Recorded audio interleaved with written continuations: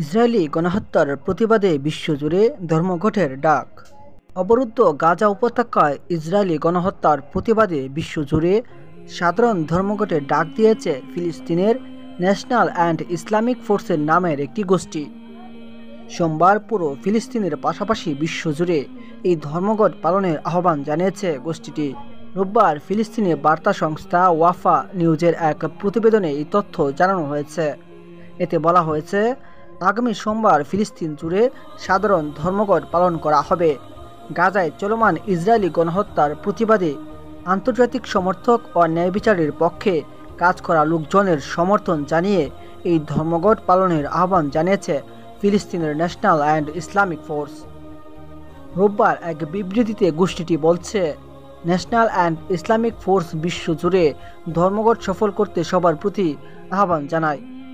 একই সঙ্গে প্রতিরোধের কণ্ঠস্বর জোরালো ও ইসরায়েলি বাহিনীর সংগঠিত ভয়াবহ গণহত্যা ও অপরাধকে তুলে ধরার প্রয়োজনীয়তার উপর জোর দিয়েছে গোষ্ঠীটি। ন্যাশনাল অ্যান্ড ইসলামিক ফোর্স বলছে, ইসরায়েলি বাহিনী ফিলিস্তিনে নির্বিচার গুলি চালিয়ে বেসামরিক নাগরিক, বিশেষ করে শিশু ও নারীদের হত্যাকাণ্ড এবং ফিলিস্তিনিদের নিজ বাড়িঘর থেকে বাস্তুচ্যুত করার লক্ষ্যে ব্যাপক ধ্বংসযজ্ঞ চালিয়েছে। বিবৃতিতে ইসরায়েলি আগ্রাসনের অবসান ঘটাতে এবং আন্তর্জাতিক আইন ও ফিলিস্তিনিদের অধিকার লঙ্ঘনের ঘটনায় জবাবদিহিতা নিশ্চিতে স্থানীয় ও আন্তর্জাতিক প্রচেষ্টাকে একত্রিত করার গুরুত্বের উপর জোর দেওয়া হয়েছে।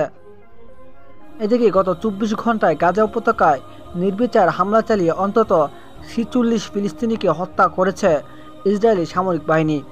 এর মধ্যে রোববার ভোরের দিকে খান ইউনিসের একটি আবাসিক এলাকায় ইসরায়েলি বাহিনীর বোমা হামলায় অন্তত ৯ জন নিহত হন।